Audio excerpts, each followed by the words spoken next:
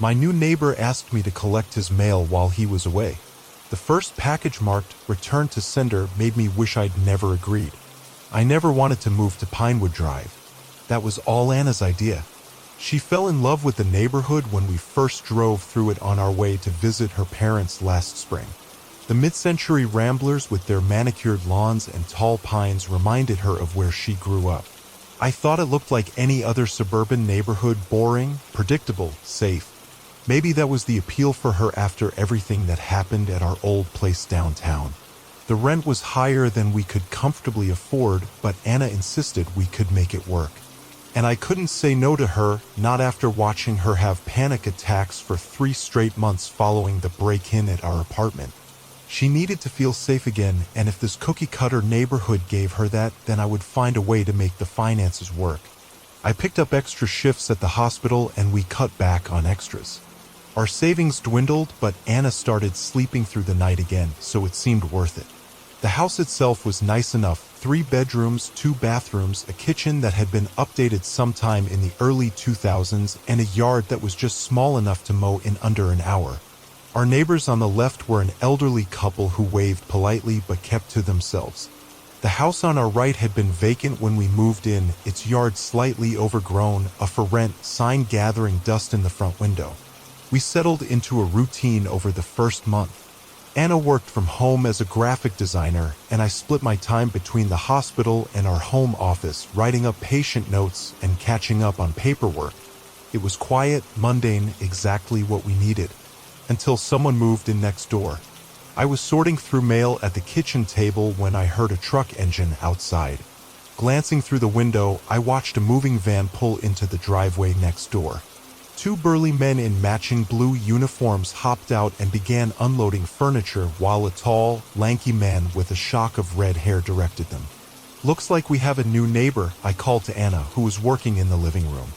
She joined me at the window. "Should we go introduce ourselves?" "Let's give him a day to settle in," I suggested, watching as the man checked something on his phone, then gestured emphatically to the movers. There was something frenetic about his movements, a kind of nervous energy I recognized from the manic patients I sometimes treated. Anna nodded. "I'll make some of those lemon cookies tomorrow. We can bring them over as a welcome gift." I smiled and squeezed her shoulder, relieved to see her wanting to socialize again. The break-in had left her wary of strangers, but this neighborhood was helping her heal. I didn't want to dampen her newfound confidence by sharing my reservations about our new neighbor. Besides, I was probably overreacting. You can't diagnose someone from watching them unload a moving van. The next morning, before Anna could bake her cookies, someone knocked on our door. I opened it to find the red-headed man from next door standing on our porch, a broad smile stretching across his face. Up close, I realized he was younger than I'd initially thought, probably in his mid-20s, with freckles dotting his pale skin and bright green eyes that darted past me to peek into our house. "Hey, I'm Victor, your new neighbor," he said, thrusting a hand toward me. "Just moved in yesterday and thought I'd do the rounds." I shook his hand, noticing how clammy his palm felt against mine. "David, nice to meet you. And this must be..." His eyes had landed on Anna, who had appeared behind me. "My wife, Anna," I finished for him. "Charmed, absolutely charmed," Victor said, pumping Anna's hand enthusiastically. "Listen, I know this is super forward of me, but I'm in a bit of a bind. I'm going to be away for a few days, work thing, can't get out of it, and I haven't had time to set up mail forwarding. Would you guys mind collecting my mail until I get back? Should just be a few days, a week tops." Anna glanced at me, and I gave a small shrug. It seemed like a reasonable request. "Sure, we can do that," she said. Victor's face lit up. "You guys are literal lifesavers." "I mean it. Hey, when I get back, I'll have you over for dinner or something. I make a mean lasagna." He was already backing away from the door, thumbs up, that manic energy radiating off him like heat. "Gotta run now. Thanks again." And with that, he was gone, jogging back to his house where we could see boxes still piled in the driveway. "Well, he seems enthusiastic," Anna said, closing the door. "Yeah." I watched through the window as Victor emerged from his house with a duffel bag, tossed it into the trunk of a silver Prius, and drove away. That was quick. At least he's friendly, Anna said, turning back to her laptop on the coffee table. I nodded, but something about Victor left me uneasy. Who moves into a house and immediately leaves town? Who asks brand new neighbors to get their mail without even offering a key to their place? Where were we supposed to put his mail? But I pushed these thoughts aside. Maybe this was normal suburban neighbor behavior. Maybe I was still carrying the paranoia we developed after the break-in. Not everyone had ulterior motives. For the first few days, Victor's mail was mundane, a few pieces of junk, a magazine, what looked like a credit card statement. I placed everything in a neat pile on our entryway table, ready to hand over when he returned. But as 1 week stretched into 2 with no sign of Victor, the pile grew, as did my unease. Should we call him? Anna asked one evening as she added another envelope to the stack. Maybe he left his number somewhere? I shook my head. We don't have his number. He didn't leave any contact information. That's odd, isn't it? Anna frowned. Who asks someone to collect their mail without leaving a way to reach them? I'd been thinking the same thing, but I didn't want to worry her. I'm sure he'll be back soon. He said a week tops. By the 3rd week, my shifts at the hospital had intensified and I was coming home late most nights. Anna had taken to leaving Victor's mail in a small decorative box by the front door. I barely noticed as the pile grew, too exhausted from 12-hour shifts to care about our absent neighbor's correspondence. It was the package that changed everything. I came home one Thursday night to find a large cardboard box sitting in our entryway. It was roughly the size of a microwave, sealed with clear packing tape, and had a shipping label addressed to Victor. What caught my eye, however, was a large red stamp across the top, returned to sender. Anna, I called, setting my keys down. What's with the box? She emerged from the kitchen, wiping her hands on a dish towel. It was on Victor's porch when I got home from my run. I figured we should bring it in with the rest of his mail. I knelt to examine the box. It was surprisingly heavy, and when I tried to lift it, something inside shifted, making a dull thudding sound. Did you see who delivered it? I asked. Anna shook her head. No, it was just there. Maybe it was delivered while I was out. I frowned, studying the shipping label. The return address was somewhere in Washington State. The date on the label was from 2 weeks ago. It says return to sender. Shouldn't that mean it goes back to wherever it came from? Anna shrugged. Maybe the delivery person didn't notice? Or they figured since we're collecting his mail, we'd know what to do with it. Something about the box bothered me, but I couldn't put my finger on what. It was just a package after all. People order things online all the time. Let's just leave it here with the rest of his stuff, I said finally. He's got to come back eventually. But Victor didn't come back the next day or the day after that. The box sat in our entryway, a constant reminder of our mysterious neighbor. I found myself glancing at it whenever I passed by, a nagging feeling of wrongness growing stronger each time. It was on Sunday, nearly a month after Victor had left, that I noticed the smell. Just a faint whiff at first, like something had gone slightly off in the kitchen. I checked the trash, the refrigerator, even the disposal, but found nothing. By Monday, the smell had intensified, a sweet, sickly odor that seemed to emanate from the entryway. Do you smell that? I asked Anna as we sat down for dinner. She wrinkled her nose. Yeah, it's been getting worse all day. I thought maybe it was the garbage, but I took that out this morning. I went to the entryway and immediately identified the source. The box. A dark stain had begun to form on the bottom, the cardboard softening around it. Jesus, I muttered, kneeling down. The smell was definitely coming from the package, a putrid odor that made my stomach churn. Years working in a hospital had familiarized me with many unpleasant smells, but this was distinctly bad. What is it? Anna asked, coming up behind me. It's the box, I said, pointing to the stain. Something's leaking. Anna covered her nose.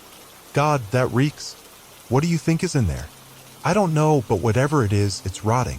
I stood up, my mind racing. We need to get this out of the house. Should we open it? Anna asked. I shook my head firmly. No, it's not our package.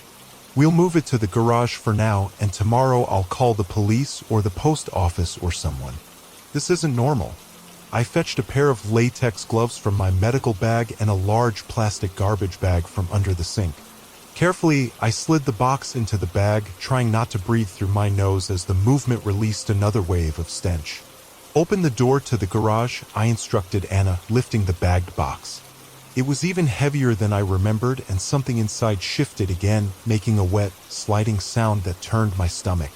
I placed the box as far from the house entrance as possible in a corner of the garage we rarely used. Even after I closed the door, the smell lingered in our entryway, a ghost of whatever was decomposing inside that package. That night, I couldn't sleep. I lay awake, listening to Anna's steady breathing beside me, my mind fixated on the box in our garage. What was in it? Why had it been marked "Return to Sender"? And most troublingly, where was Victor? The next morning, I called in sick to work for the first time in 3 years. After Anna left for a meeting with a client, I sat at our kitchen table and stared at Victor's house through the window. It looked exactly as it had a month ago, blinds drawn, no sign of life, a few scattered leaves collecting on the porch. I pulled out my phone and dialed the non-emergency police number. "I'd like to report well, I'm not sure what exactly," I began when the operator answered. "My neighbor asked us to collect his mail about a month ago and then disappeared. Now there's a package that's leaking some kind of fluid and smells terrible." The operator took down my information and told me an officer would stop by later that day. I hung up feeling slightly better. Whatever was happening, it would soon be someone else's problem. I spent the morning trying to distract myself with chores, but my thoughts kept returning to the box in the garage. By noon, the smell had permeated the entire house despite my efforts to seal off the garage door with towels. I was changing the air filters when I heard a car pull into our driveway. Through the window, I saw a police cruiser, a single officer emerging from the driver's side. I opened the front door before she could knock. "Mr. Reynolds?" she asked, consulting a small notepad.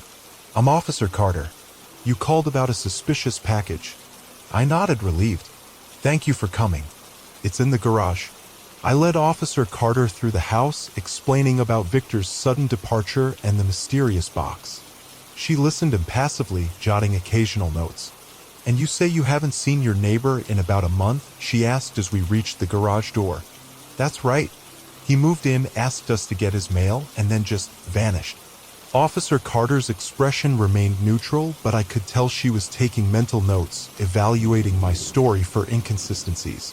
"And how well did you know this Victor before he left?" "We didn't, not really. We met him once, the day after he moved in."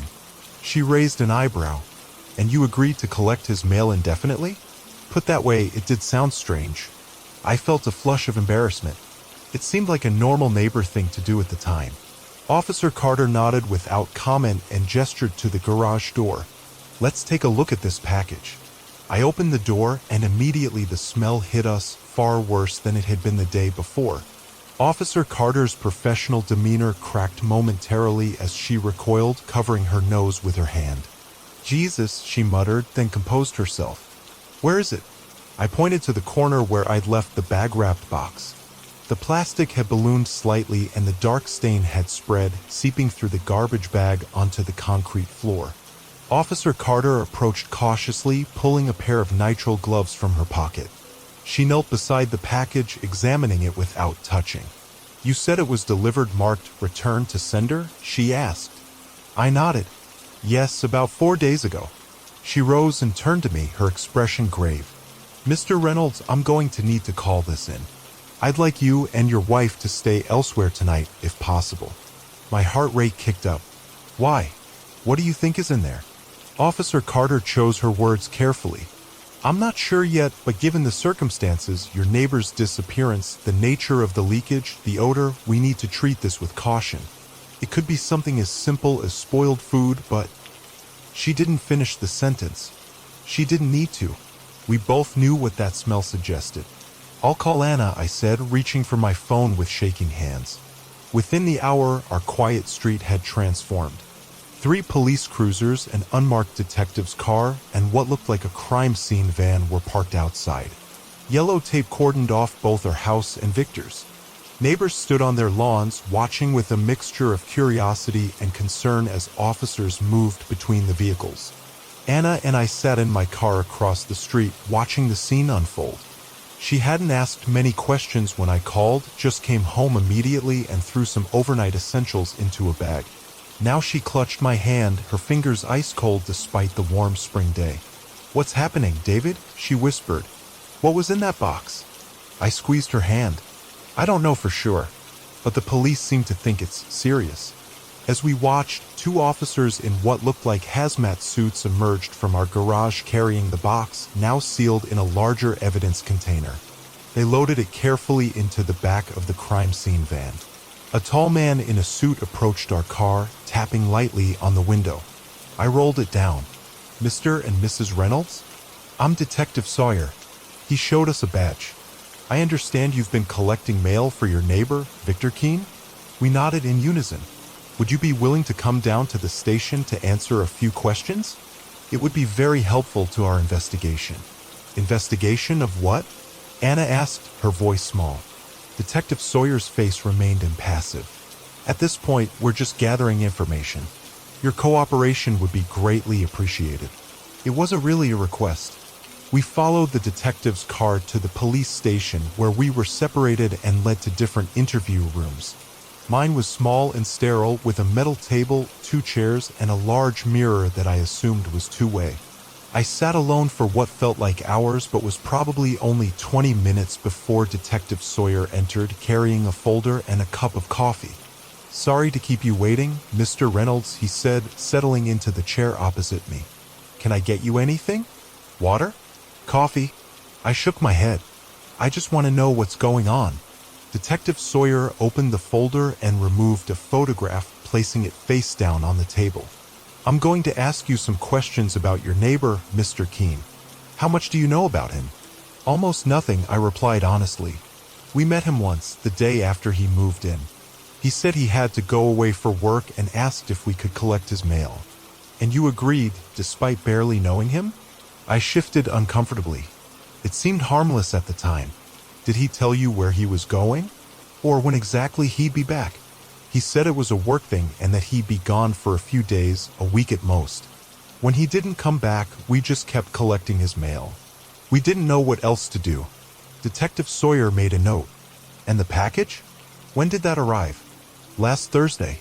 It was on his porch when Anna, my wife, got home from her run. She brought it inside with the rest of his mail." "Did you notice anything unusual about it at that time?" I thought back.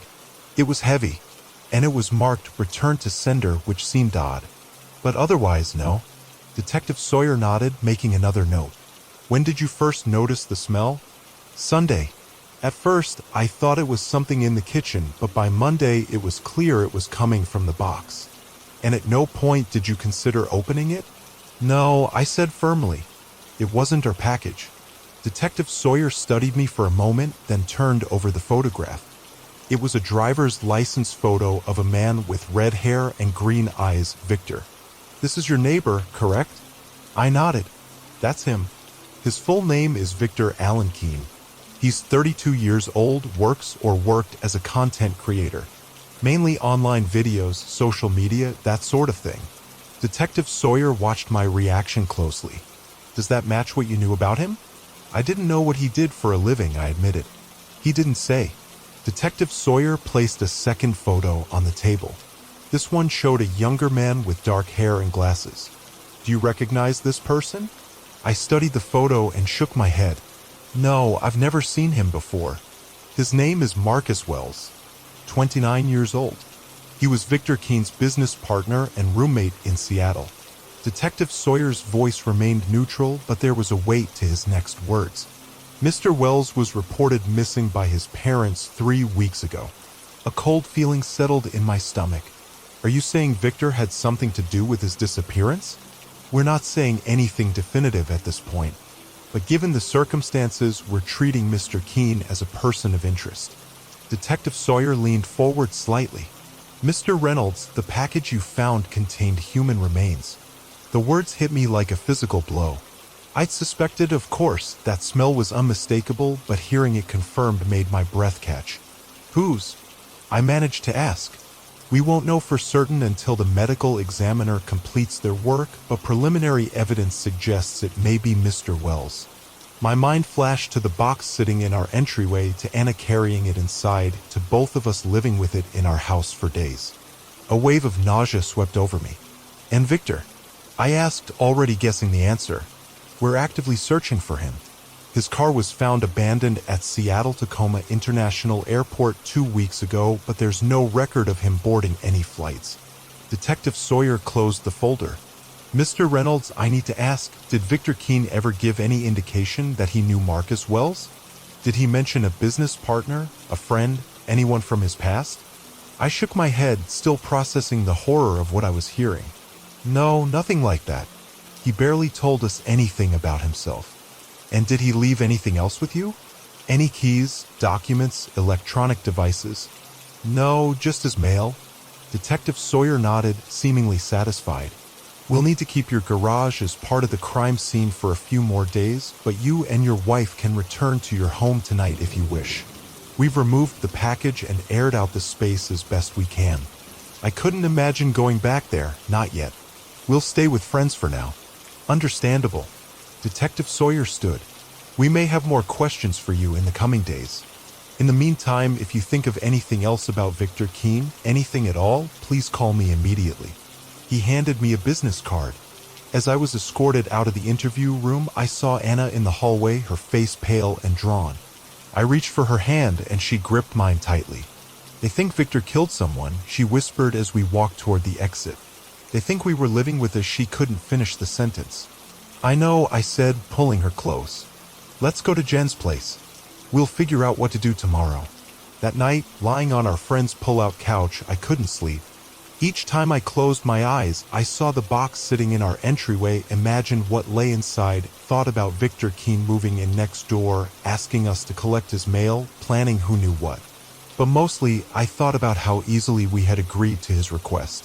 How we had invited this horror into our lives without a second thought. And I wondered what else might come knocking on our door. 2 days later, Detective Sawyer called. The remains in the box had been positively identified as Marcus Wells. Victor Keene was now the subject of a nationwide manhunt, and our quiet suburban neighborhood would never feel safe again.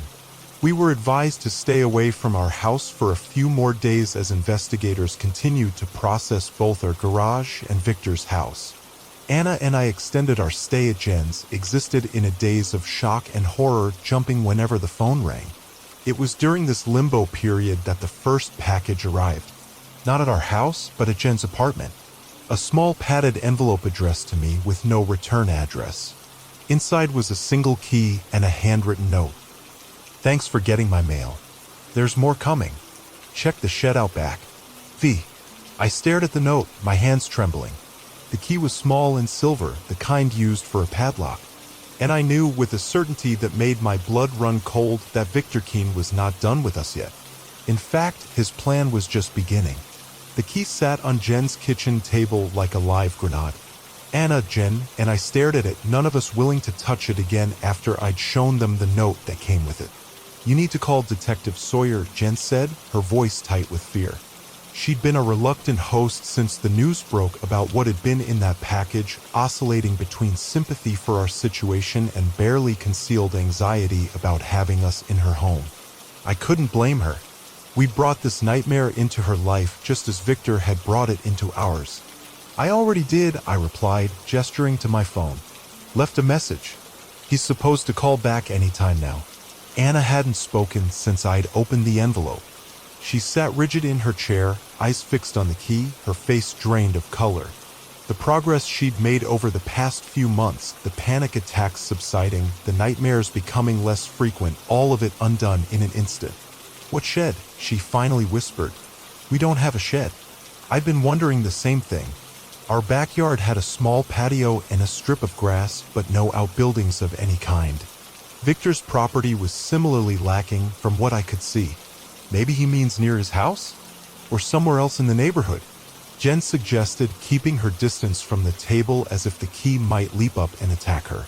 "I don't think," I began, but was interrupted by my phone ringing. "Detective Sawyer." I answered immediately and put it on speaker. "Mr. Reynolds, what can I do for you?" I explained about the envelope, reading the note verbatim. There was a long pause before the detective responded. You're certain the note was signed V? Not a full name. Yes, just the letter. And this was delivered to your friend's address? Not your home. That's right, I confirmed, exchanging worried glances with Anna and Jen. We haven't told anyone we're staying here except you and a couple of close friends. No one else should know this address. Another pause. I could hear papers shuffling on the other end of the line. Mr. Reynolds, I'm sending an officer to collect the envelope and key. In the meantime, don't touch them anymore. And don't, under any circumstances, go looking for this shed. Understand? Of course, I agreed. But what does it mean? Do you think Victor knows where we are? We can't rule anything out at this point, Detective Sawyer replied, his professional tone doing little to mask his concern. We're setting up increased patrols in your friend's neighborhood as well as around your home. Just sit tight until my officer arrives. He hung up, leaving us in a heavy silence broken only by the sound of Jen's refrigerator humming in the background. I need some air, Anna said suddenly, standing up. Her face had taken on a greenish tinge. Jen jumped up. I'll come with you. I watched them step out onto Jen's small balcony, Anna leaning heavily against the railing, Jen's hand on her back. My wife had survived so much already. The break-in at our apartment had been violent. 3 men in ski masks who hadn't expected anyone to be home, who had beaten Anna unconscious when she stumbled upon them ransacking our bedroom. She'd spent 2 days in the hospital with a concussion and fractured ribs. The physical wounds had healed, but the psychological ones had cut deeper. And now this.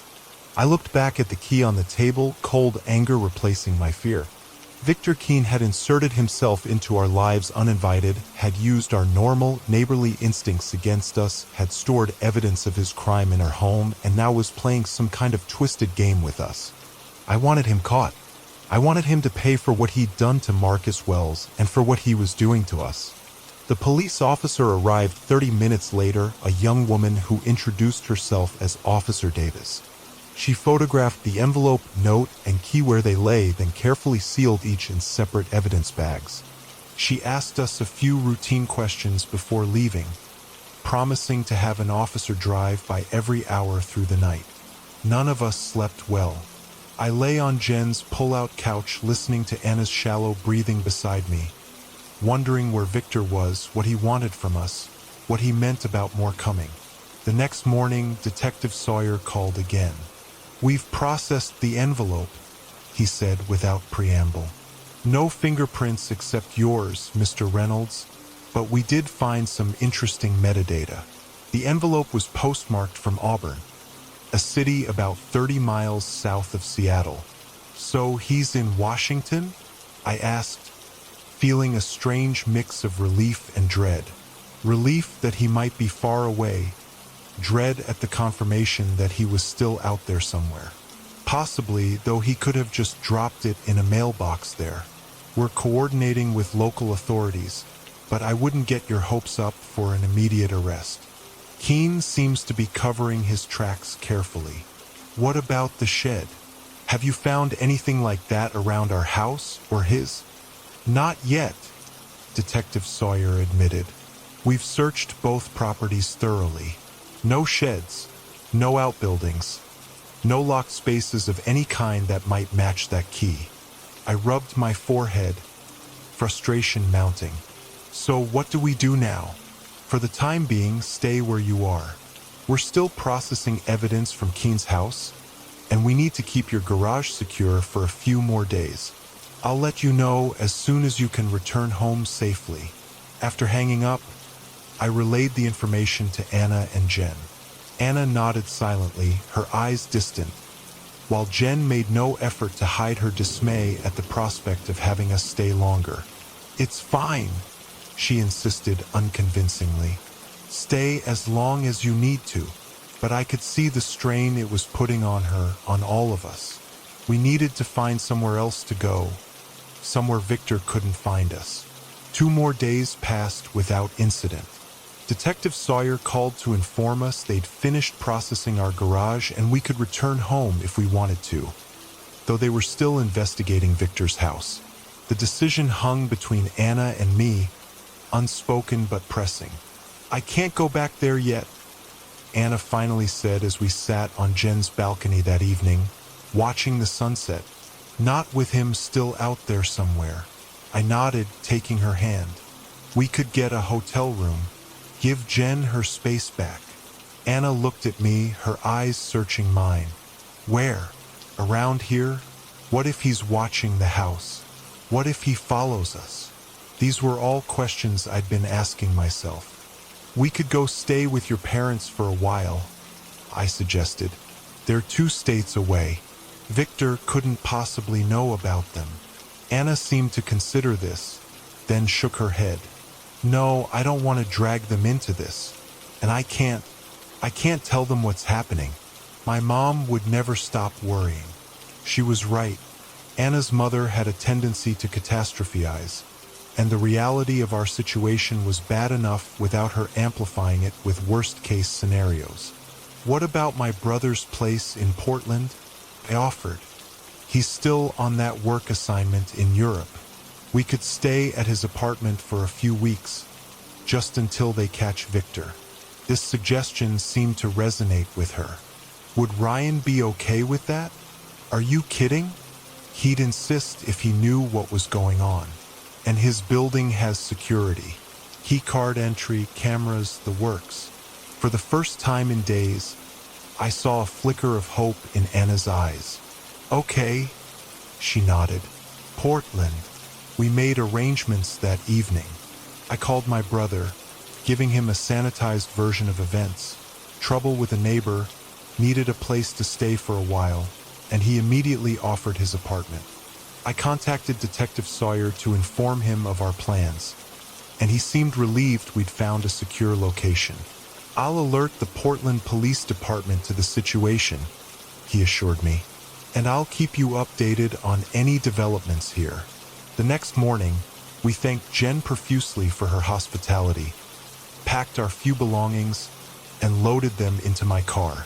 The plan was to drive directly to Portland, about 3 hours away, without stopping at our house. But as we passed our street, Anna gripped my arm. Wait, I need to get something from the house. I glanced at her, surprised. What? We can have whatever it is shipped, or buy a replacement. No, she said firmly. My medication. I only brought enough for a few days. The rest is in our bathroom cabinet. I hesitated, then sighed and turned onto our street. Fine, but we're in and out. 5 minutes, max. Our house looked eerily normal as we pulled into the driveway, as if nothing had happened. The police had removed the crime scene tape, and there was no visible sign of the horror that had unfolded here. Victor's house next door remained cordoned off. However, a single patrol car parked outside.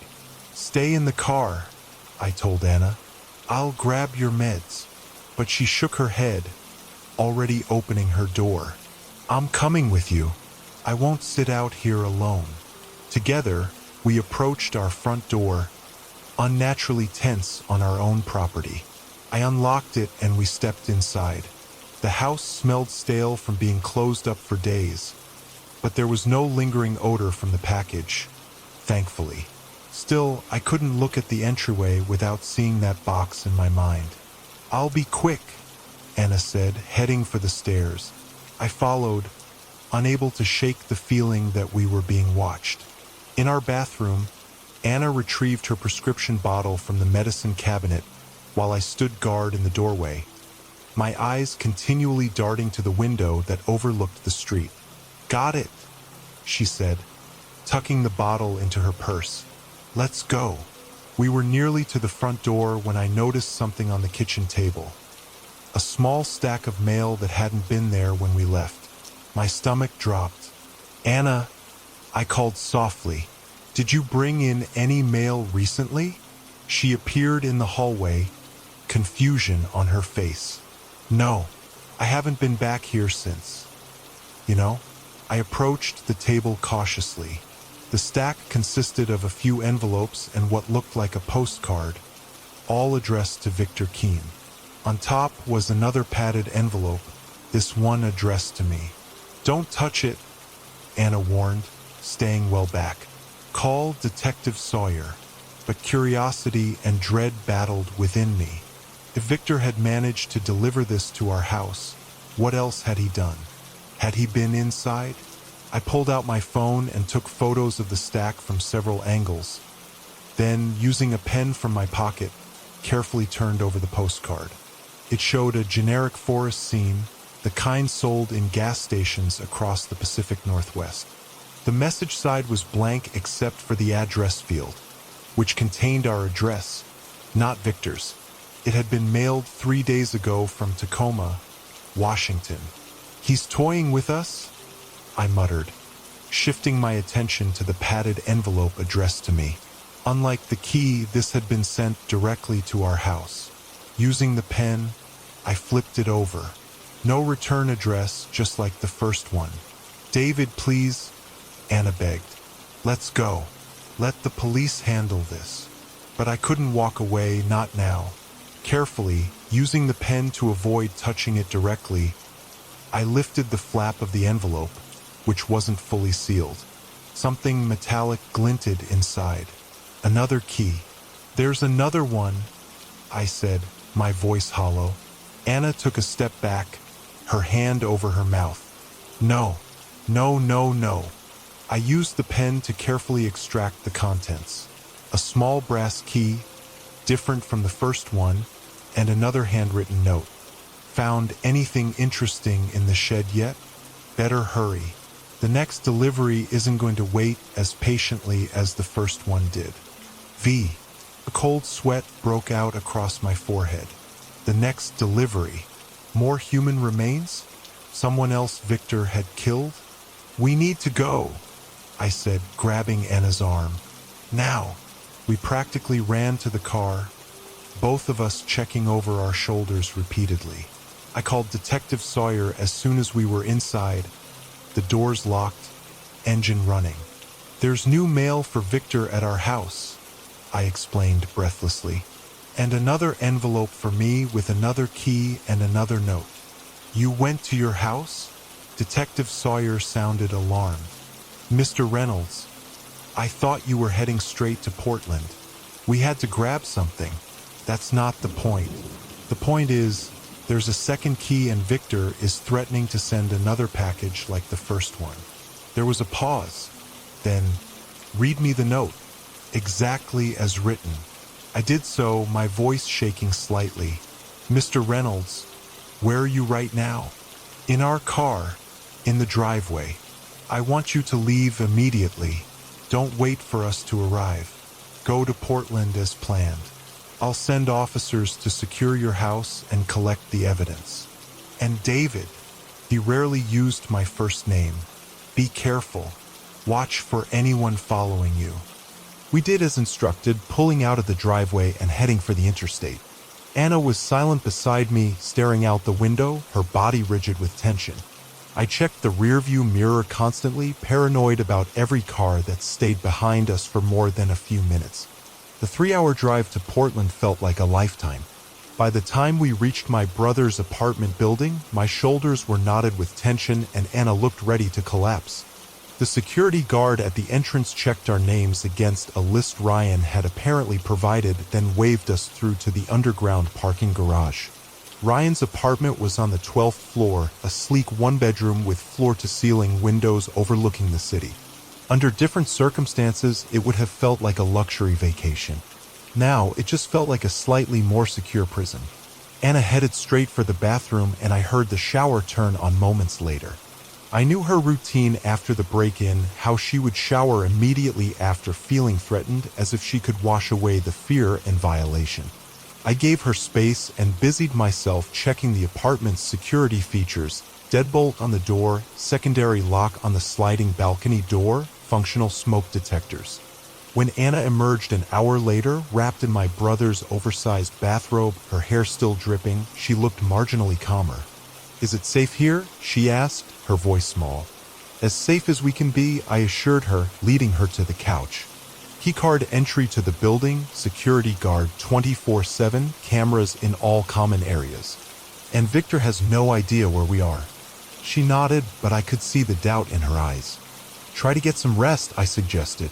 I'll make us something to eat. I was rummaging through Ryan's pantry when my phone rang. Detective Sawyer again. We've collected the mail and the envelope, he said without preamble. Forensics is processing them now.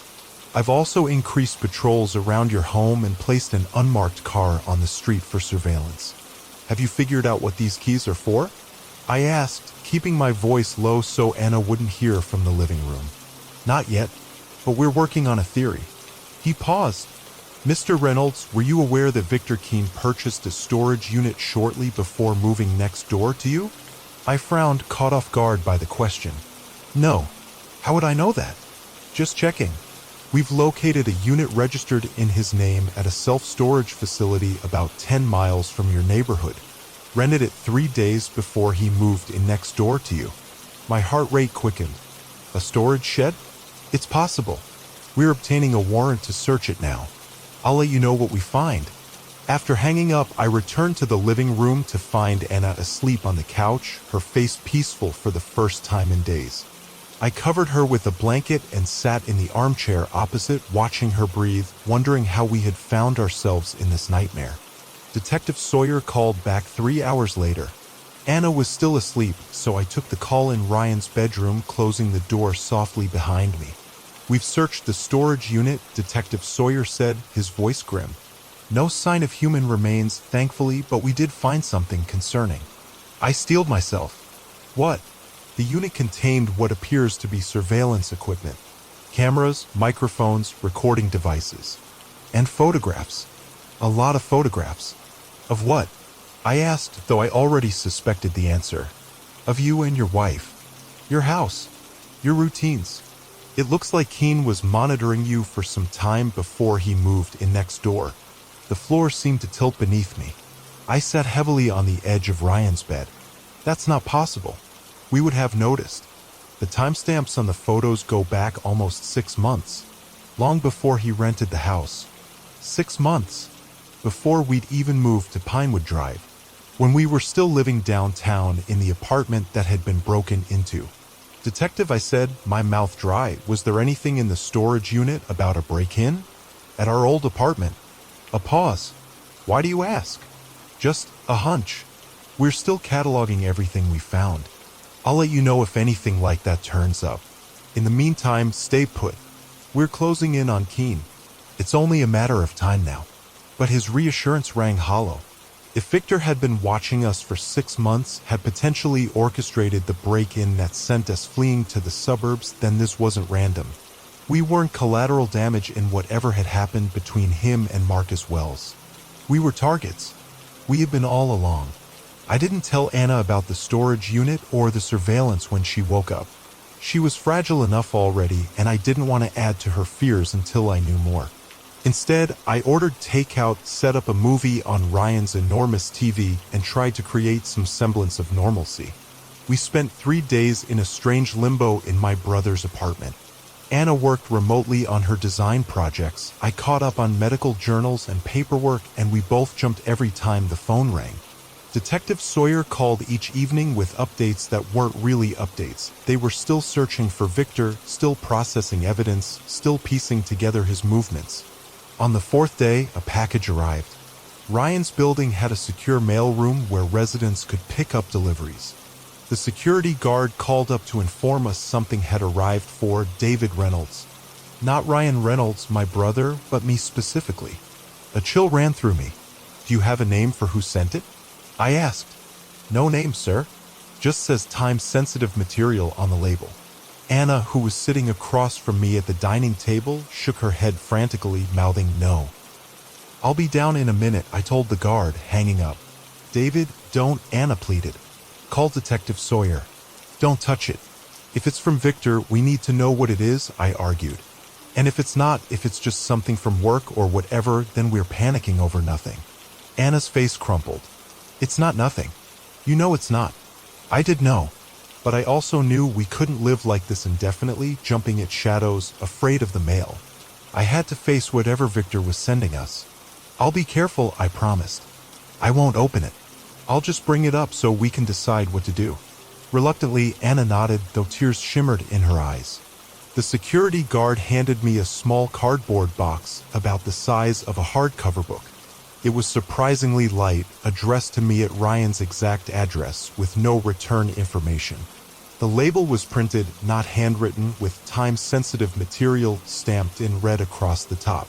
"Anything else I can help with, sir?" the guard asked, eyeing me curiously. I shook my head, trying to appear casual as I tucked the box under my arm. "No, thank you. Just expecting some medical journals." Back in the apartment, I placed the box on the kitchen counter and stared at it. Anna stood well back, her arms wrapped around herself. "I'm calling Detective Sawyer," she said, her tone leaving no room for argument. I nodded, not taking my eyes off the box. It didn't smell. It wasn't leaking.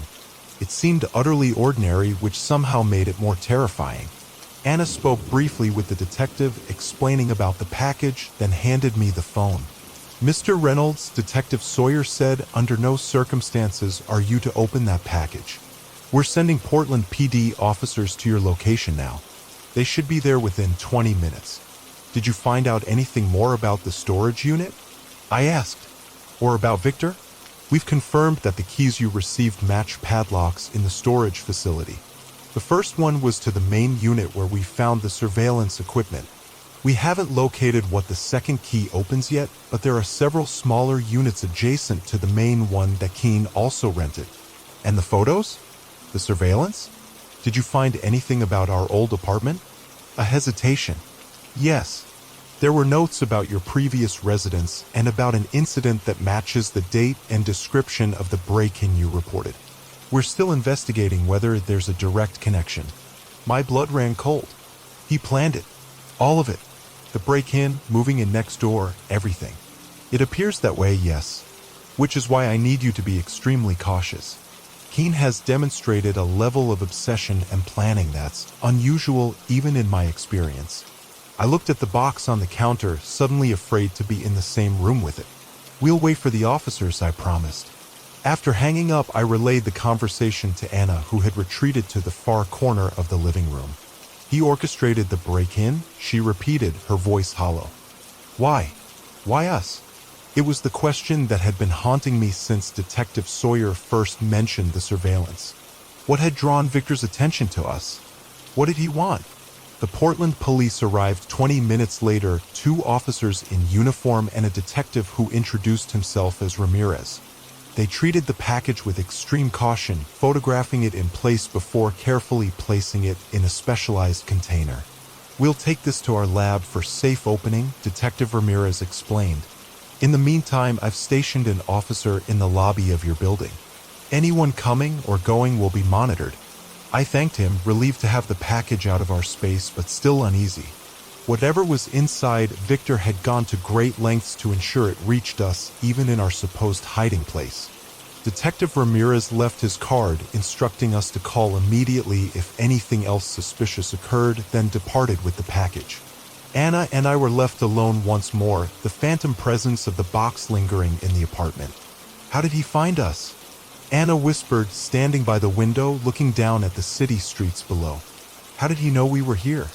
I had been asking myself the same question. Ryan hadn't told anyone we were staying at his place except his building manager.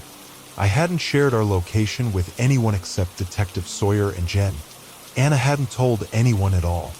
"Unless your clients," I said slowly. "Did you update any of them about your new working address?" Anna frowned, turning to face me.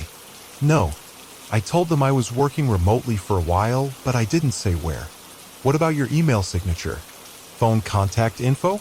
Anything automatic that might have updated when you logged in from here?" Her eyes widened. "My IP address. Oh God, David, I've been uploading files to shared folders for clients. They can see where the uploads came from." It was a stretch to think Victor could access that information, but not impossible. If he'd been monitoring Anna's work, her client relationships, he might have found a way. "We need to leave," I said decisively. "This place isn't safe anymore." Anna nodded, already moving toward the bedroom. "Where do we go?" "A hotel." "No, somewhere he can't trace. Somewhere off the grid." I paced the living room, mind racing. "What about that cabin? The one your colleague used last summer?" Anna paused, considering. "Jasper's place? On the coast? Yeah. You said it was isolated, right? No Wi-Fi, limited cell service. Right, but it's the off-season. I don't know if it's available. Call him. Now. Anna disappeared into the bedroom to make the call while I began gathering our belongings. We'd brought little with us to Portland, so packing took only minutes. Anna emerged from the bedroom looking cautiously optimistic. Jasper says we can use it. He's emailing the access code for the key lockbox and directions. It's about 3 hours from here, near a little town called Neskowen. Perfect. Let's go before Detective Ramirez calls about the package. Shouldn't we wait to hear what was in it? I shook my head firmly. No. Whatever it is, it's part of Victor's game. I'm done playing. We left a note for the security guard explaining we'd been called away unexpectedly along with Detective Ramirez's card in case anyone needed to reach us. Then we loaded our meager belongings into the car and set off toward the coast, the city falling away behind us. The drive was tense, both of us scanning each passing vehicle for signs of pursuit. As we wound through the Coast Range Mountains, the cell service became increasingly spotty until finally my phone displayed no service consistently. Instead of feeling cut off, I felt relief. If we couldn't be reached, neither could we be tracked. Jasper's cabin turned out to be exactly what we needed, a small, weathered structure nestled among towering pines about a half-mile from the nearest neighbor.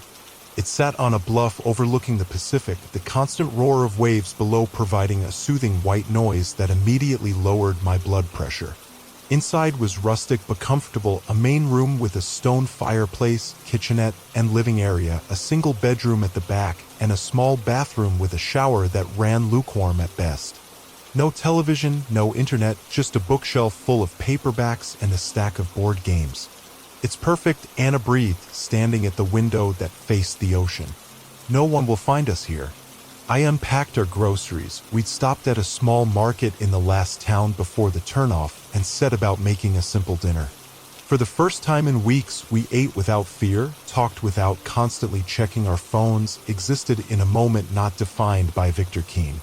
After dinner, we sat on the cabin's small deck wrapped in blankets, watching the sunset over the Pacific.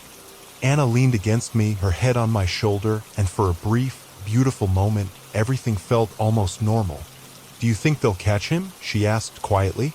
"Yes," I said with more confidence than I felt. "They have evidence, photos, his storage unit. It's just a matter of time." She nodded against my shoulder. "And then we can go home." Home. The word felt strange now. Would our house on Pinewood Drive ever feel like home again after what had happened? Could we live next door to where Victor had planned his crimes, watched us, manipulated us?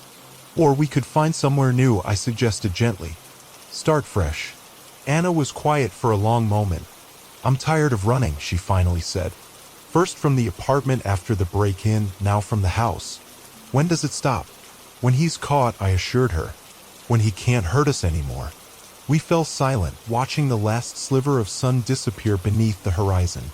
The temperature dropped quickly, and we retreated inside, locking the doors and windows more out of habit than necessity. That night, for the first time since the package had appeared on our porch, both of us slept deeply, lulled by the rhythm of the waves and the security of isolation. I woke to the sound of Anna's scream. Sunlight was streaming through the curtains, suggesting it was mid-morning. I'd slept later than I had in weeks. Anna wasn't beside me in the bed, and her scream had come from somewhere outside. I bolted upright, heart pounding, and ran for the front door. On the deck, Anna stood frozen, staring at something on the weathered wooden planks. As I reached her, I saw what had caused her scream. A small cardboard box, identical to the one that had been delivered to Ryan's apartment. "No," I whispered. "It's not possible." But there it was, addressed to me with the same time-sensitive material stamp across the top. "How?" Anna's voice was barely audible. "How did he find us?" I had no answer. We were miles from anywhere, had told almost no one where we were going, had driven carefully to ensure we weren't followed. And yet somehow Victor had found us again. "Go inside," I told Anna, stepping between her and the box. "Call Detective Sawyer. Use the landline." She backed away slowly, unable to tear her eyes from the package until she was through the door. I heard her fumbling with the ancient rotary phone inside while I stared at the box, afraid to touch it yet unable to leave it sitting there. It looked identical to the one in Portland, down to the printed label. If I hadn't known better, I might have thought it was the same box, somehow following us like a curse. Detective Sawyer is sending local police. Anna called from inside. He says not to touch it. But something was different about this box. As I knelt beside it, keeping a safe distance, I noticed a small hole punched in one side. A ventilation hole. And from within, I heard a faint, rhythmic sound. Ticking. My blood ran cold. Not a body part this time. A bomb. Anna. I shouted, backing away. Get out. Now. Through the back.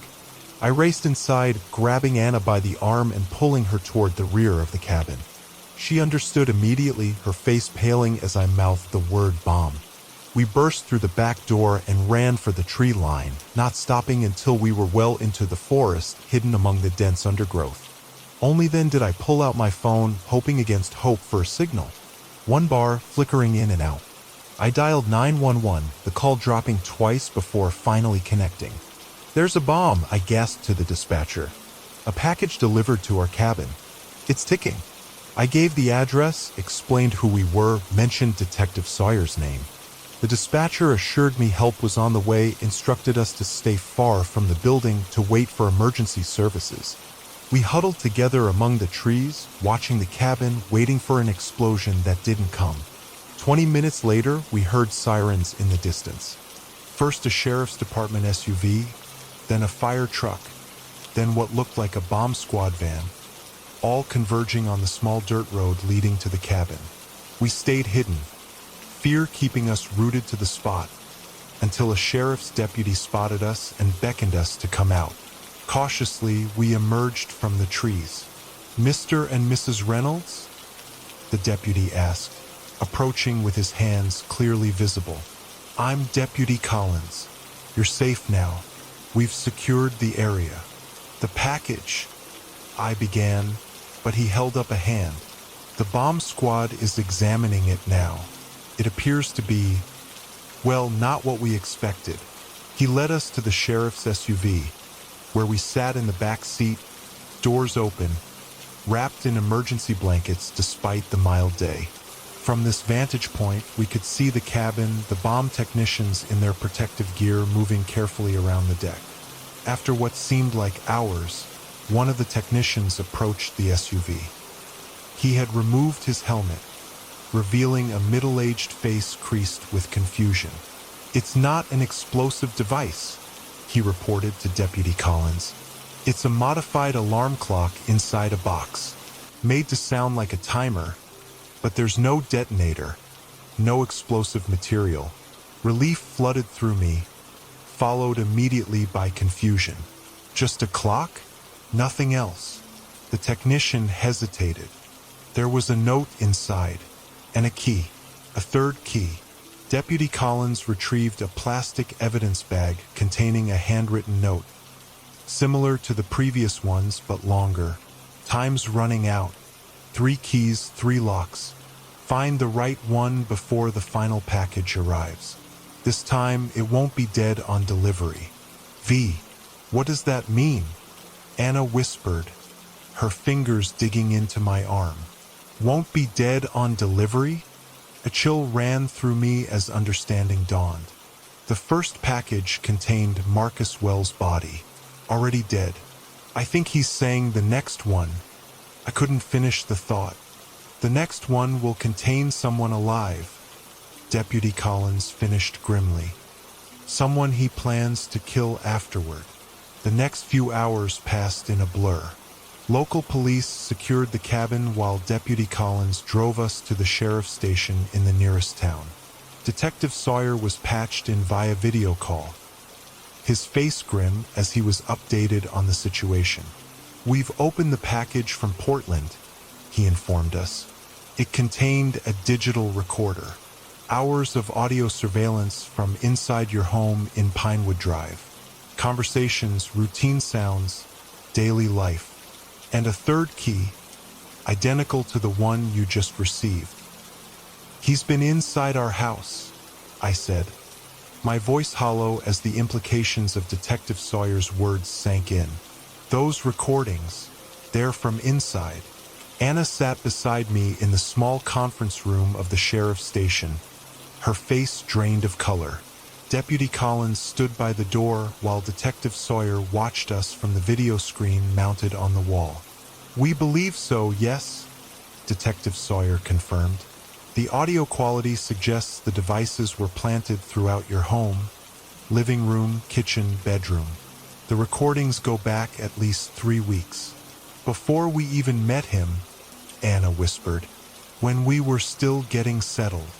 "How?" I demanded. "How did he get in? We have an alarm system. We're not careless." Detective Sawyer's expression was grim. "Keene is skilled. We found evidence in his storage unit suggesting he's done this before. Other victims, other homes. He may have accessed your house while you were at work, or even posed as maintenance personnel. The thought of Victor moving through our home while we were away, planting devices in our most private spaces, made me physically ill." I reached for Anna's hand and found it ice cold. "What does he want from us?" she asked, her voice small but surprisingly steady. "Why us specifically?" Detective Sawyer exchanged a glance with Deputy Collins before answering. "We've been building a profile of Keene based on the evidence. It appears he selects his victims carefully, usually couples, often those who have recently moved to a new area. People in transition, somewhat isolated, easier to manipulate. Like us," I said bitterly. "New to the neighborhood, few local connections. Yes, but there may be more to it than that. Among his possessions, we found materials suggesting he's been watching you since before you moved to Pinewood Drive. There were photographs of you at your old apartment downtown." A chill ran through me. "The break-in. You think he orchestrated that too?" "We're investigating that possibility. The timing is certainly suspicious. Traumatizing you with a home invasion would make you more likely to move, to seek a safer neighborhood. Where he happened to have a rental property waiting next door," I finished, the pieces falling into place with sickening clarity. "Exactly." Detective Sawyer leaned closer to the camera. "Mr. and Mrs. Reynolds, I need to be frank with you. Victor Keene is what we call an organized predator. He plans meticulously, often for months. The games he's playing with the keys, the packages, this is all part of a pattern we've seen before in his notes and journals. He enjoys the process almost as much as whatever end he has in mind." Anna's grip on my hand tightened painfully. "And what end is that? What does he ultimately want?" Detective Sawyer hesitated. "Based on what we've found, he appears to be building towards some kind of final confrontation. The notes, the escalating nature of the packages, the countdown element with the clock, it all points to a planned climax." "The final package," I said, remembering Victor's note. "The one that won't be dead on delivery." "Yes, and that's why we need to decipher the meaning of these keys as quickly as possible. They clearly lead to something Keene wants you to find." Deputy Collins cleared his throat. "The lab has confirmed that all 3 keys are identical. Mass-produced padlock keys, available at any hardware store. So they could open any matching padlock," I mused. "That doesn't narrow it down much." "No, but the context might," Detective Sawyer said. "His notes keep referencing a shed. We've searched every property associated with Keene, every storage facility within 50 miles of your home. Nothing matches so far." Anna suddenly sat up straighter. "What if it's not a literal shed? What if it's a metaphor for something else?" Detective Sawyer looked interested. "Go on." "In design, we sometimes use ordinary terms as code for complex concepts. A shed could be any small, enclosed space. A compartment, a locker, a hidden room, or a vehicle," I added, an idea forming. Like a car trunk or a truck. That's good thinking. Detective Sawyer nodded. We'll expand our search parameters. He paused, consulting something off-screen. In the meantime, we need to move you to a secure location. Keen has demonstrated he can find you regardless of precautions. We need to control the environment. A safe house, ask, of sorts. We have arrangements with certain hotels that have enhanced security protocols. We can place you there under protective custody while we continue the investigation. Anna and I exchanged glances. After everything that had happened, the idea of being in a controlled, monitored environment was actually comforting. When do we leave? I asked. Immediately. Deputy Collins will escort you to Portland, where my team will meet you. Pack only essentials. Leave your phones, laptops, anything that could potentially be tracked. After the video call ended, we were given a few minutes to compose ourselves before being led to Deputy Collins' cruiser. The drive back toward Portland was tense, all of us scanning the sparse traffic for any sign of pursuit. Anna sat pressed against me in the back seat, both of us jumping at every unexpected sound. How do you think he found us at the cabin? She asked quietly, about an hour into the journey. I'd been wondering the same thing. I don't know. We were careful. We didn't tell anyone except Jasper. Could Jasper have told someone? I shook my head. Unlikely. And even if he had, how would that information have reached Victor? The rental agreement, Deputy Collins offered from the front seat, eyes still vigilant on the road. If your friend went through a rental agency, someone could have accessed those records. It was possible, I supposed, but it still seemed like a stretch. How would Victor know which agency to check? How would he have gotten the information so quickly? Unless he knew we'd run, I said slowly, the realization dawning on me. He anticipated it. The notes, the packages, they were designed to drive us away from home, to make us feel unsafe anywhere we went. So he could have been tracking us all along, Anna concluded, her voice hollow, watching where we went, where we stopped. It's possible, Deputy Collins agreed. Modern vehicles often have tracking capabilities that can be hacked, or he could have placed a physical tracker somewhere on your car. I immediately thought of the brief stop at our house before heading to Portland, how we'd left the car in the driveway while retrieving Anna's medication. Would that have been enough time for Victor to plant something? We should check the car when we stop, I suggested. Look for anything unusual. Deputy Collins nodded. We'll do a thorough sweep at our next checkpoint. When we reached a state police barracks about halfway to Portland, several officers helped inspect my car. They found nothing, which was both relieving and disturbing. If Victor wasn't tracking us through the vehicle, how was he finding us? The rest of the journey passed without incident. In Portland, we were transferred to an unmarked sedan driven by a plainclothes detective who introduced himself only as Jensen. He took us to a mid-range hotel near the airport, nondescript enough to blend in among the business travelers and tourists. We have 2 adjoining rooms on the 4th floor, Jensen explained as we rode the elevator up. Officers will be stationed in the room across the hall and at all exits. No one gets in or out without us knowing. Our rooms were standard hotel fare, queen-size bed, desk, TV, bathroom. The connecting door between our room and the adjacent one was unlocked, revealing an identical setup where Jensen would be stationed. Try to get some rest, he advised before leaving us alone. Detective Sawyer will be here in the morning to brief you personally. After he left, Anna and I stood in the center of the room, uncertain what to do with ourselves in this strange limbo.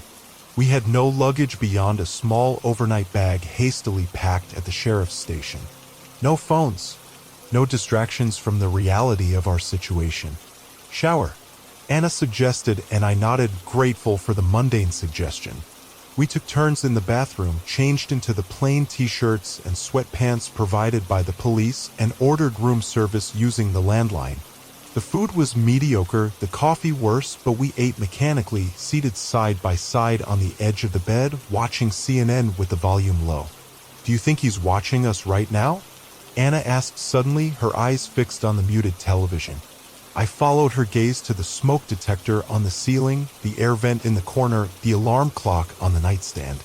Any of them could potentially conceal a camera or listening device. No, I said firmly, willing myself to believe it. The police swept the room. We're safe here. Anna nodded but didn't look convinced. She finished her meal in silence, then crawled under the covers fully clothed, curling into a tight ball on the far side of the bed. I joined her shortly after, keeping a careful distance, aware of her need for space but aching to comfort her. Eventually, her breathing deepened and she drifted into sleep. I lay awake beside her, staring at the ceiling, my mind racing. Victor's notes played on repeat in my head. Thanks for getting my mail. There's more coming. Time's running out. This time, it won't be dead on delivery. What was his endgame? What was waiting behind those 3 identical locks? I must have fallen asleep eventually because the next thing I knew, sunlight was filtering through the curtains and someone was knocking on our door. I sat up, disoriented, reaching automatically for my phone before remembering we'd left them behind. Mr. Reynolds? It's Detective Sawyer. May I come in? Anna stirred beside me as I climbed out of bed and approached the door. Through the peephole, I could see Detective Sawyer standing in the hallway, flanked by Jensen. I opened the door, relief washing over me at the sight of a familiar face. Sawyer looked tired, the lines around his eyes deeper than they had been on the video call, but his expression was alert, focused. "Good morning," he said, stepping inside once I moved aside. "I hope you were able to get some rest." Anna had sat up, pulling the blankets around her shoulders like a shield. "Any news?" she asked directly. Detective Sawyer nodded, taking the desk chair while Jensen remained by the door. "Potentially significant developments." "May I?" He gestured to the connecting door. "Of course," I said, confused. Sawyer opened the door and beckoned someone forward. A woman entered, mid-30s, with short dark hair and haunted eyes. She looked vaguely familiar, though I couldn't immediately place her. "Mr. and Mrs. Reynolds, this is Elaine Winters," Detective Sawyer introduced her. Ms. Winters came forward yesterday after seeing the press release about Victor Keene. The woman stepped forward, her hands clasped tightly in front of her. "I'm sorry to meet you under these circumstances," she said softly. "I wish I'd spoken up sooner, maybe prevented what's happening to you now." Ms. Winters was involved with Victor Keene 3 years ago, Detective Sawyer explained. They lived together in Seattle for approximately 8 months. Understanding dawned on me. "You know him?" Elaine nodded, perching on the edge of the desk. "I thought I did. We met at a coffee shop, started dating. He was charming, attentive, everything you'd want in a boyfriend. After 3 months, he suggested we move in together. Said his place was too small and my apartment was perfect for 2. Her voice was steady, but her fingers twisted anxiously in her lap. Everything was fine at first, but then he started playing games. Little things at first. He'd move my things around and insist I put them there. He'd mention conversations we never had. He made me question my own memory, my perception. Gaslighting," Anna murmured. "Exactly," Elaine confirmed. "It escalated gradually. He began criticizing my friends, my job, the way I dressed. I became isolated, dependent on him. And then the packages started. My skin prickled. Packages. Small deliveries at first. Things I hadn't ordered. A book I'd mentioned wanting to read. Shoes in my size. Always with notes claiming they were from admirers or old friends. Victor would get upset, demand to know who was sending me gifts. Of course, I had no idea. He was sending them himself, Detective Sawyer interjected, creating a scenario where Ms. Winters appeared to have secret relationships, then using that as justification for increasing control and surveillance. Elaine nodded. I only figured it out later. At the time, I was confused, defensive, constantly trying to prove my innocence. It was exhausting. And then came the locked boxes. Anna sat forward, fully engaged now. What locked boxes? He bought this elaborate puzzle box, said it was a gift for me, but it required 3 different keys to open. He gave me the first one right away, said I'd have to earn the others by proving my loyalty, my commitment to him. Elaine's voice wavered slightly. It became an obsession for both of us. What was in the box? What would I have to do to get all 3 keys? What was in it? I asked, dreading the answer. I never found out. Before he gave me the 3rd key, I discovered a hidden camera in our bathroom. When I confronted him, he changed, became someone else entirely. Cold, calculating. He admitted to testing me, manipulating me, but insisted it was for my own good. Elaine shuddered at the memory. I left that night, stayed with a coworker. When I returned with police a few days later to get my things, the apartment was empty. Victor was gone. So was the box. Detective Sawyer took over. Ms. Winters filed a report, but without evidence of a specific crime, there wasn't much we could do. Victor disappeared, but similar reports began emerging in other cities over the next 2 years. Different names sometimes, but the same MO. And Marcus Wells? I asked, how does he fit into this? From what we've pieced together, Wells was Victor's latest business partner. They ran a small production company together, creating content for social media.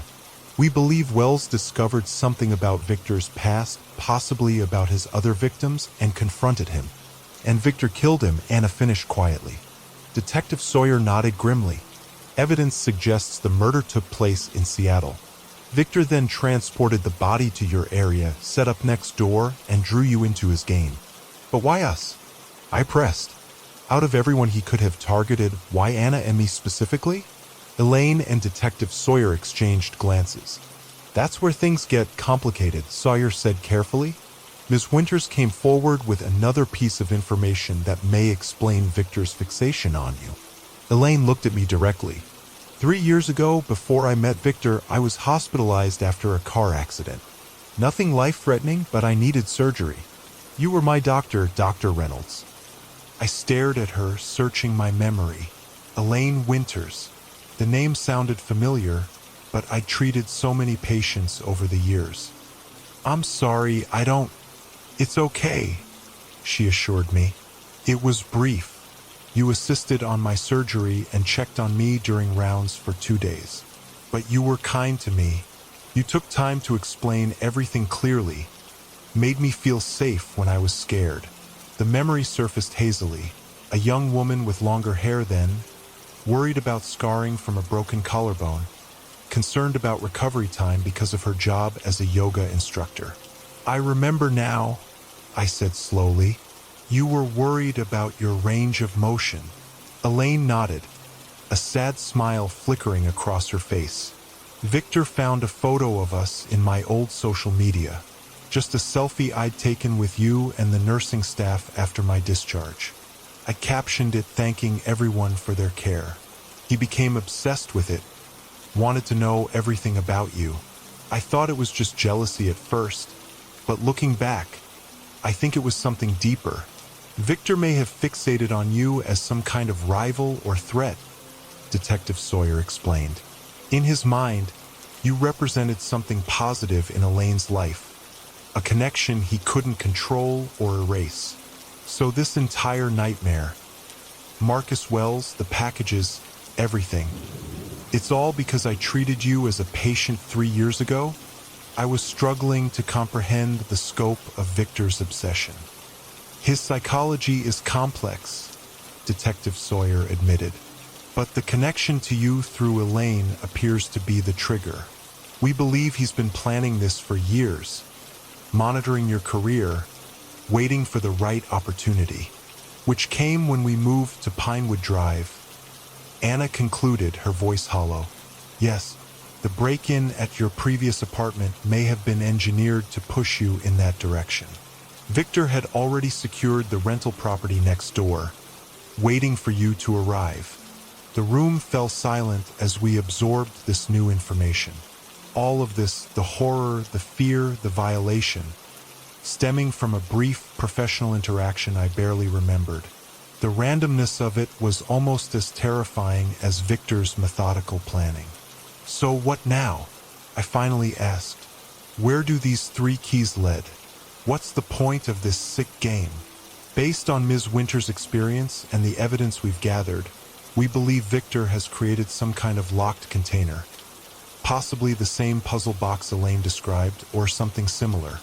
Inside is likely evidence connecting him to Marcus Wells' murder. A confession? Anna suggested. Possibly. Or something he believes will implicate you instead, Detective Sawyer said grimly. Creating a situation where you appear responsible for Wells' death would align with his pattern of manipulation. But why give us the keys at all? I asked, frustrated.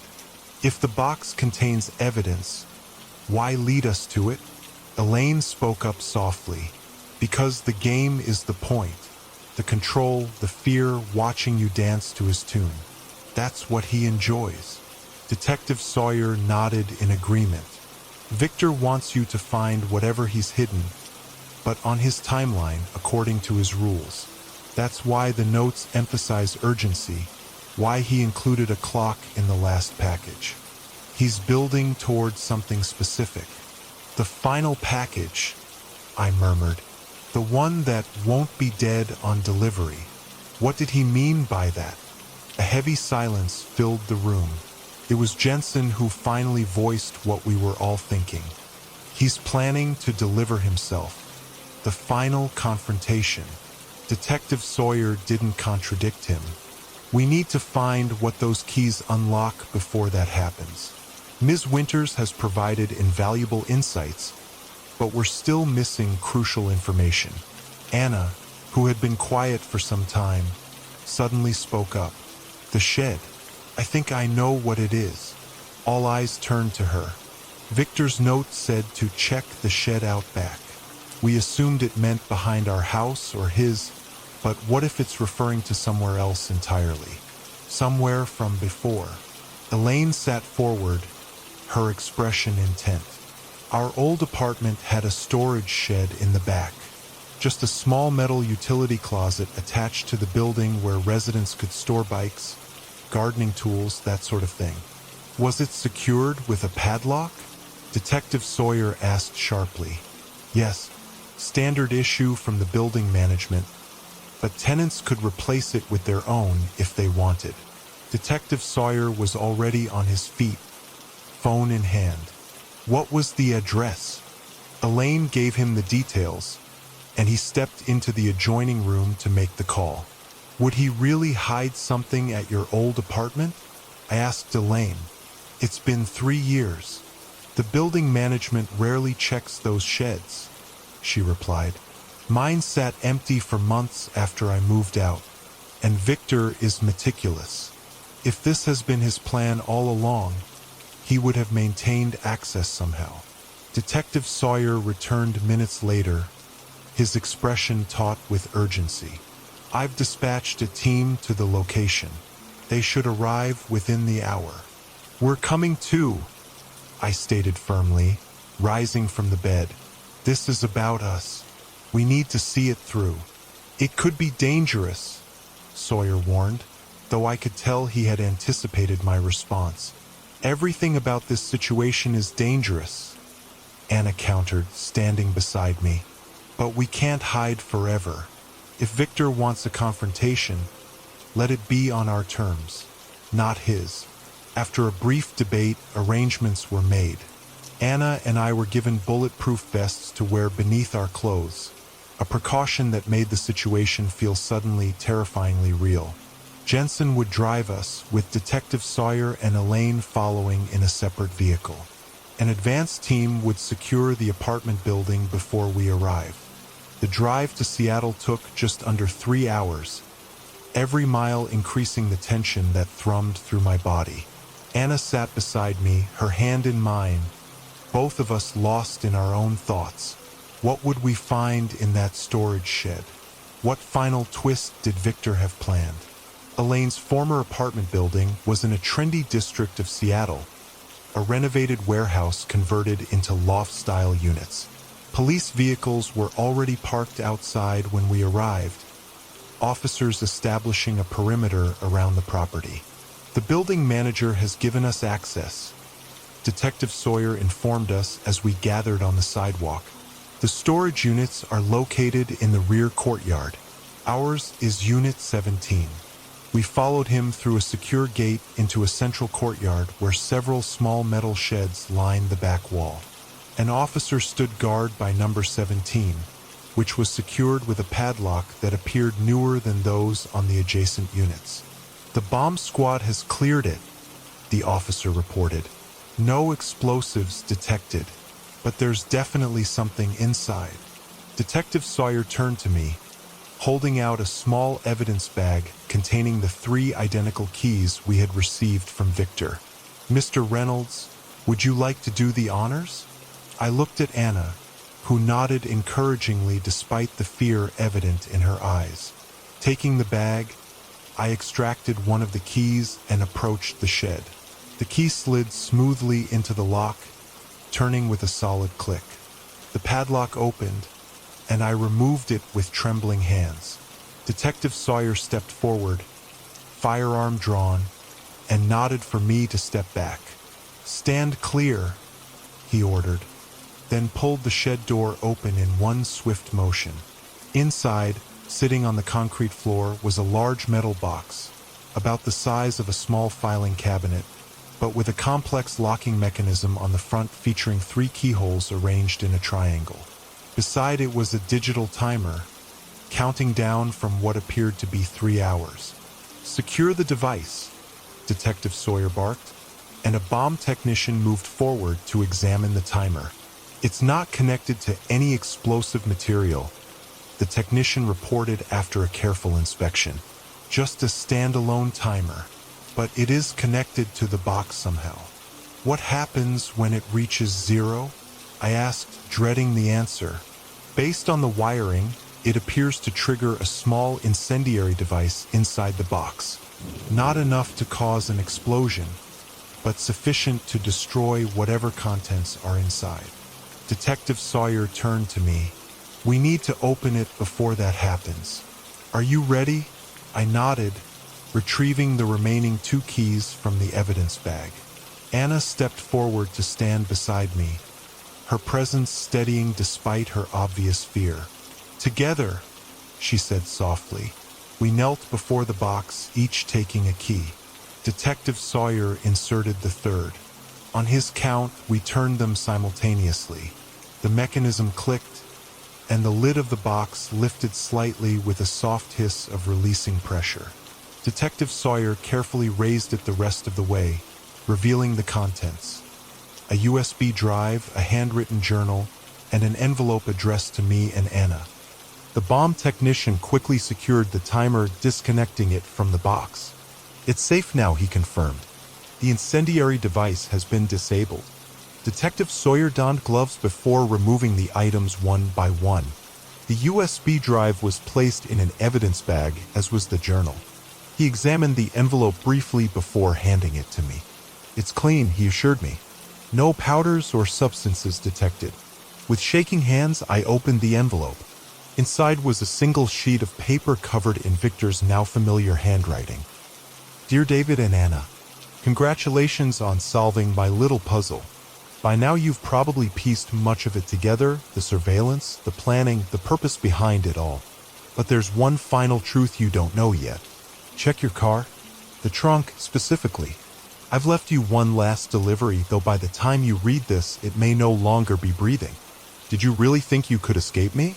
That I wouldn't be watching, waiting for exactly this moment? See you soon, Victor."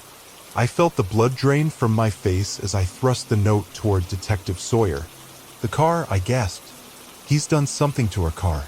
Detective Sawyer read the note rapidly, then barked orders into his radio.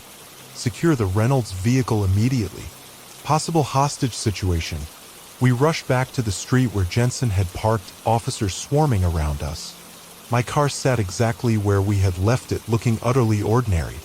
"Stand back," an officer ordered as the bomb squad approached the vehicle cautiously. The trunk was examined with various devices before being carefully opened. For a moment, no one spoke. Then Detective Sawyer stepped forward, peering inside. "It's empty," he reported, turning back to us with a confused expression. Relief washed over me, followed immediately by renewed dread. If there was nothing in our car, what did Victor's note mean? The answer came in the form of a scream from behind us. I whirled to see Elaine pointing at Detective Sawyer's unmarked sedan, parked several spaces away. "That's his car," she cried. "That's Victor's car. I'd recognize it anywhere." All eyes turned to the vehicle, a nondescript silver sedan almost identical to Jensen's with government plates. "That's impossible," Detective Sawyer began, but was cut off by the sound of the car's engine starting. Everything happened in slow motion after that. Officers drawing weapons, shouting commands. The sedan's window rolling down to reveal a shock of red hair, a pale face, green eyes filled with manic glee. Victor's hand rising, something metallic gleaming in his grip. "Gun!" someone shouted, and then came the deafening crack of multiple firearms discharging simultaneously. The sedan's windshield shattered. Victor slumped forward against the steering wheel, the car horn blaring in one continuous, mournful note. In the chaos that followed, I pulled Anna against me, shielding her eyes from the scene. Officers approached the vehicle cautiously, weapons still trained on the motionless figure inside. "Clear," came the call a moment later. "Suspect is down." Detective Sawyer approached us, his face grim. "He's dead. It's over." But it wasn't over. Not really. Because when they searched Victor's car, they found one final, horrifying surprise. In the trunk, bound and unconscious but mercifully alive, was Jen, our friend who had taken us in when this nightmare began. He must have taken her shortly after we left Portland, Detective Sawyer explained later at the police station. "Used her to track your movements, learn where you were going. That's how he found us at the cabin," Anna whispered. He forced Jen to tell him. The thought of what Jen must have endured, being abducted, held captive, possibly tormented by Victor, added yet another layer of guilt to the burden we already carried. "It's not your fault," Detective Sawyer assured us. "None of this is. Victor Keene was a predator, a manipulator. He would have found another target if not you." But his words, while kind, did little to ease the weight on my conscience. Especially when we learned what the USB drive and journal contained. Detailed recordings of Victor's crimes, including Marcus Wells' murder, interspersed with obsessive writings about me, about Anna, about how he would make us pay for my interference in Elaine's life. He documented everything, Detective Sawyer told us. The surveillance, the planning, the break-in at your apartment. It was all calculated to bring you to Pinewood Drive, where he could insert himself into your lives. Marcus Wells discovered what he was doing and threatened to expose him. That's why Victor killed him. And mailed him to our house, I added grimly. To implicate us if the police started investigating. Yes. The plan, apparently, was to lead you through this elaborate game, then frame you for Wells' murder while abducting your friend as some kind of final punishment. It was too much to process all at once. The sheer scale of Victor's obsession, the meticulous planning, the lives destroyed along the way, all stemming from a brief, professional interaction I had barely remembered. In the days that followed, our lives slowly began to reassemble themselves, though nothing would ever be quite the same. Jen recovered in the hospital, physically unharmed but emotionally shattered. We visited daily, trying to find words to express our sorrow, our gratitude, our shared trauma.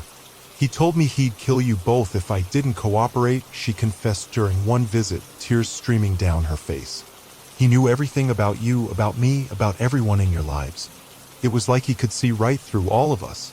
We sold our house on Pinewood Drive. I couldn't bear to return there, and Anna didn't even want to discuss it. Instead, we found a small apartment in a secure building downtown, with cameras and a doorman and all the trappings of safety that we now knew were largely illusory. Detective Sawyer kept us updated as the full extent of Victor's crimes came to light. There had been others before Elaine, other women he had manipulated and terrorized. And there might have been others after us if things had gone according to his twisted plan. The hardest part to accept, I told Anna one night as we lay awake in our new bedroom, is the randomness of it all.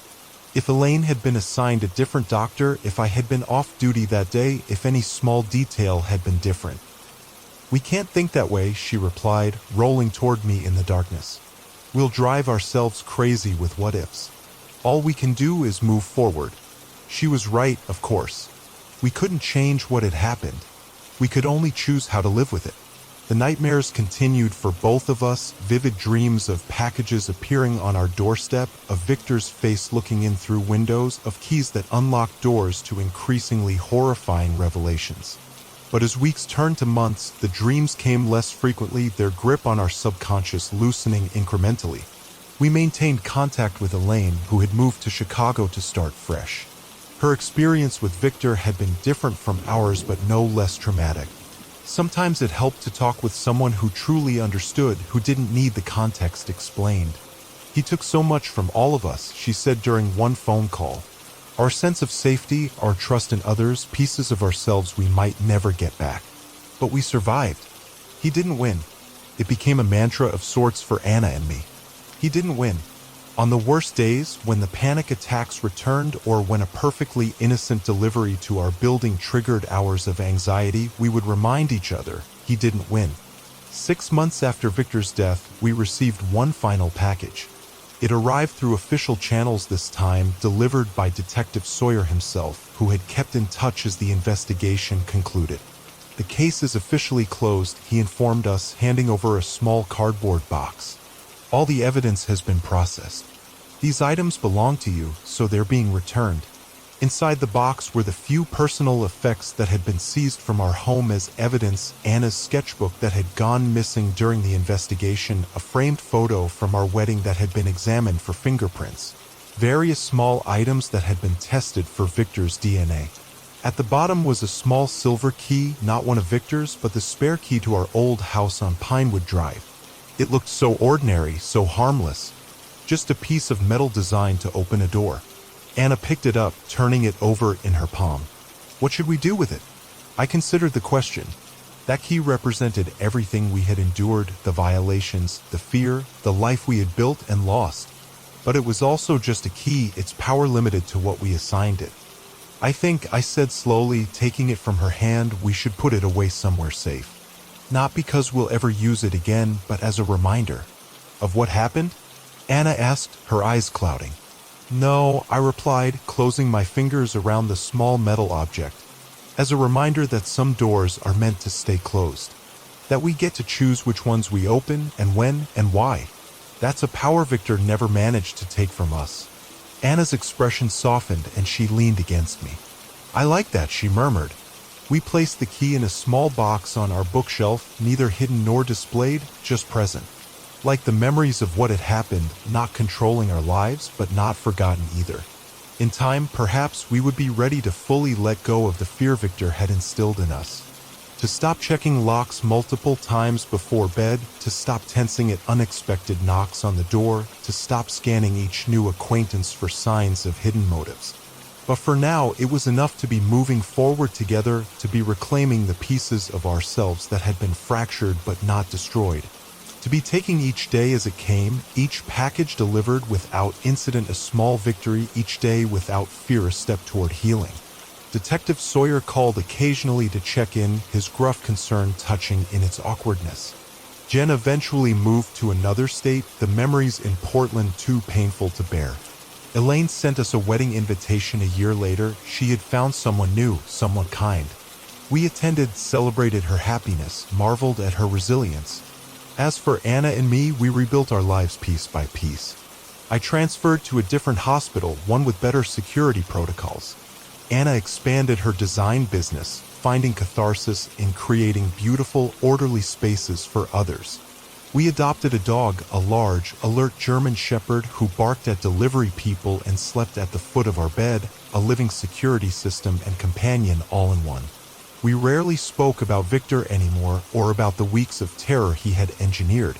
But sometimes on quiet evenings when the apartment was still and the city lights twinkled beyond our windows, one of us would glance at the small box containing that silver key and we would exchange a look of shared understanding.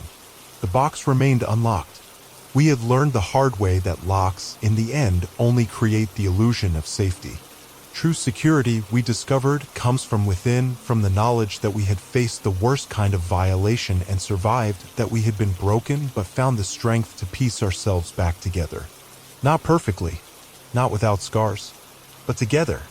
And when the mail arrives each day, we no longer hold our breath in fear.